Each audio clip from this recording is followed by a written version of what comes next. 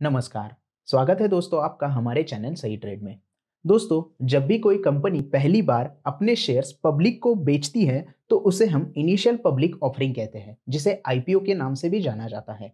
अब ये IPO actual में होता क्या है, कितने टाइप के आईपीओ होते हैं, यही सारी चीजें हम आज इस वीडियो में कवर करने वाले हैं। तो वीडियो को एंड तक देखिए और अगर अभी तक आपने हमारा चैनल सब्सक्राइब नहीं किया है तो जल्दी से चैनल को भी सब्सक्राइब कर दीजिए। तो चलिए शुरू करते हैं दोस्तों आज का video. What is IPO? IPO में एक कंपनी होती है जो अपने शेयर्स पब्लिक को बेचती है और उसके बदले पब्लिक से फंड रेज करती है अपने कंपनी के आगे की प्रोसीजर के लिए, मतलब एक्सपांशन के लिए या फिर कर्ज चुकाने के लिए। अब फंडिंग के जो होते हैं वो 4 स्टेजेस होते हैं। सबसे पहला स्टेज होता है प्रमोटर्स फंड, मतलब आप कंपनी शुरू करते वक्त सेविंग्स यूज करते हो या फिर आपके फ्रेंड्स से या फिर फैमिली से पैसे रेज करते हो और कंपनी शुरुआत करते हो। जैसे जैसे कंपनी आगे बढ़ती जाती है कंपनी की ग्रोथ भी बढ़ती जाती है। ग्रोथ बढ़ने के बाद आपको और ज्यादा फंड की जरूरत होती है तो आप सेकेंड स्टेज में क्या करते हो, एंजल इन्वेस्टर्स के पास जाते हो और उन्हें कहते हो कि मेरे कंपनी में आप इन्वेस्ट करो और ग्रोथ में पार्टिसिपेट करो। तो आप एंजल इन्वेस्टर का सेकंड फंडिंग स्टेज यूज करते हो और कंपनी आगे और एक्सपांड करते हो। लेकिन उसके आगे जाके आपको और भी फंड की जरूरत पड़ती है तो आप तीसरे स्टेज में क्या करते हो, वेंचर कैपिटल के पास जाते हो या प्राइवेट इक्विटीज के पास जाते हो और उनको बोलते हो कि आप थोड़ी सी पार्टनरशिप लेके मुझे मेरी कंपनी में इन्वेस्ट करने में मदद कीजिए और शेयर होल्डर बन जाइए ताकि मैं कंपनी को बढ़ा सकूं। तो आप क्या करते हैं, वेंचर कैपिटल्स को जो भी उनका शेयर होता है थोड़ा सा हिस्सा आप उससे दे देते हो और वो आपकी कंपनी में इन्वेस्ट करते हैं।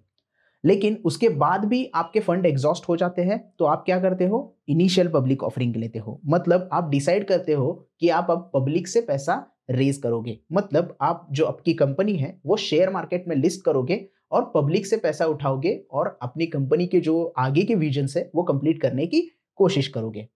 अब आईपीओ ही क्यों लाया जाता है दोस्तों? आईपीओ लाने के लिए पीछे 3 कारण हो सकते हैं। पहला होता है बिजनेस एक्सपांशन, मतलब आपको बिजनेस बढ़ाना है। एक मैन्युफैक्चरिंग यूनिट है तो आपको 2 लगाने हैं। डिफरेंट सिटीज में आपको अगर बिजनेस खोलना है तो आपको आईपीओ की जरूरत पड़ सकती है क्योंकि आईपीओ से आप फंड रेज कर सकते हो। दूसरा चीज यहाँ पे होता है कि आप अगर डेप में हो, आपके ऊपर कर्जा हो गया है और आपको कर्जा चुकाना है तो आप आईपीओ लॉन्च करके कर्जा वहां पे चुका सकते हो। तीसरा होता है जो आपके प्रीवियस प्रमोटर और इन्वेस्टर है वो आपकी कंपनी से एग्जिट होना चाहते हैं तो वो क्या करते हैं कि आईपीओ लेके आते हैं और जितना भी फंड रेज होता है वो उनका हिस्सा लेके कंपनी से एग्जिट हो जाते हैं। अब ये सारी चीजें कंपनी किस लिए आईपीओ लाने वाली है, ये सारी चीजें देखने के लिए आपको कंपनी का रेड हेरिंग प्रोस्पेक्टस देखना होता है या फिर पढ़ना होता है। ये रेड हेरिंग प्रोस्पेक्टस आपको सेबी के साइट के ऊपर मिल जाएगा। जिस भी कंपनी का आईपीओ आ रहा है उसका आप नाम सर्च करके वहां पे उसका प्रोस्पेक्टस पढ़ सकते हो। इसमें आपको क्या क्या चीजें देखनी है, सबसे पहले आपको देखना है यहाँ पे बिजनेस डिटेल्स। कंपनी का जो डिटेल बिजनेस है वो आपको इसमें से पता चलता है। उसके बाद कंपनी का कैपिटल स्ट्रक्चर के बारे में आपको यहाँ पे पता चलता है। रिस्क फैक्टर क्या है, स्ट्रेटजीज कंपनी क्या क्या बनाई है, प्रमोटर और मैनेजमेंट कौन कौन से हैं, पास्ट फाइनेंशियल डेटा क्या है, ये सारी चीजें रेड हेरिंग प्रोस्पेक्टस से आपको पता चलती है। अब आईपीओ के 2 टाइप होते हैं। पहला होता है फिक्स इशू प्राइस और दूसरा होता है बुक बिल्डिंग इशू। अब फिक्स इशू में क्या होता है, कंपनी एक इन्वेस्टमेंट बैंक को हायर करती है और दोनों मिलके एक प्राइस डिसाइड करते हैं जिस प्राइस पे आपको आईपीओ लेके आना है। ये फिक्स प्राइस होता है। अब जो पब्लिक रहती है या फिर जो इन्वेस्टर्स रहते हैं उनको उस फिक्स प्राइस पे वो आईपीओ बाय करना होता है।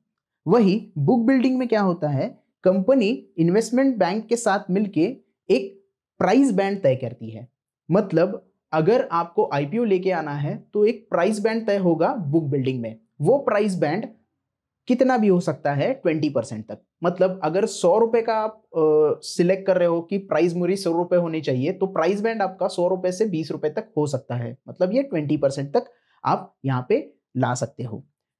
उस प्राइस पे जो इन्वेस्टर होते हैं उस प्राइस बैंड पे इन्वेस्टर को बिड लगानी होती है। मतलब आपने अगर किसी आईपीओ को 100 या 110 के बीच के प्राइस बैंड में लेके आए हो तो आप जो इन्वेस्टर होते हैं यानी कि जो आईपीओ में अप्लाई करने वाले इन्वेस्टर होते हैं या फिर पब्लिक होती है, उसको उस प्राइस बैंड के बीच में बिड लगानी होती है। वो 100 रुपए में लगा सकते हैं या फिर 110 रुपए में भी लगा सकते हैं। एग्जाम्पल के अगर हम देखें यहाँ पे, एमी ऑर्गेनिक्स का रिसेंटली आईपीओ आके गया, उसकी जो प्राइस बैंड थी वो थी 603 से लेके 610 तक, 603 से 610 रुपए तक थी।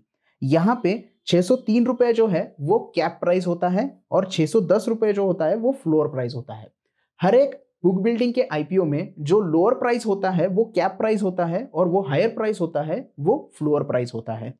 जैसे कि मैंने बताया था, इन दोनों का जो डिफरेंस होता है, मतलब फ्लोर प्राइस और कैप प्राइस के बीच का जो डिफरेंस होता है वो ज्यादा से ज्यादा 20% तक हो सकता है। उससे कम भी हो सकता है, लेकिन 20% से ज्यादा यहाँ पे डिफरेंस नहीं होता है।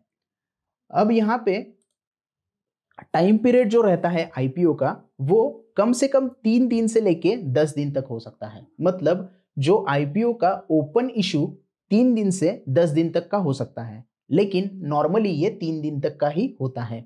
आपको अगर फिक्स प्राइस का आईपीओ है तो वहां पे आपको उसी प्राइस पे वो आईपीओ लेना पड़ता है या फिर बाय करना पड़ता है।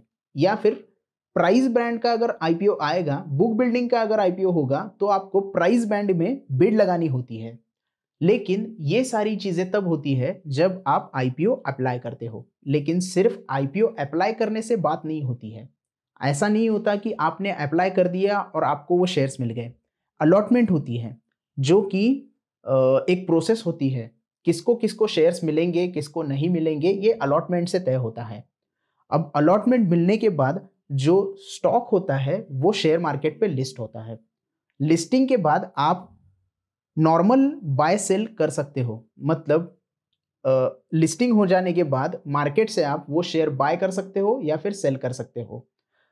अब जो आईपीओ होता है वो 1 स्टॉक, 2 स्टॉक या 3 स्टॉक में नहीं आता है। आपको उसके लिए लॉट्स बाय करने होते हैं। जो भी आईपीओ आता है वो लॉट्स में आता है। आप वहाँ पे 1 शेयर, 2 शेयर या 3 शेयर जैसे नॉर्मल स्टॉक मार्केट से आप बाय सेल करते हो वैसे नहीं कर सकते। क्योंकि आईपीओ का जो मार्केट होता है वो प्राइमरी मार्केट होता है और स्टॉक मार्केट एक सेकेंडरी मार्केट है।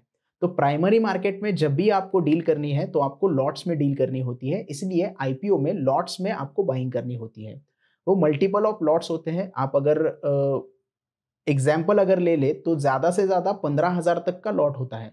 वो प्राइस बैंड कितनी भी रहे, लेकिन उसकी जो अमाउंट रहती है वो 15,000 से ऊपर नहीं होती है एक लॉट की। तो आप वहाँ पे 1 लॉट, 2 लॉट, 3 लॉट ऐसे वहाँ पे इन्वेस्टमेंट कर सकते हो और वो आईपीओ में अप्लाई कर सकते हो।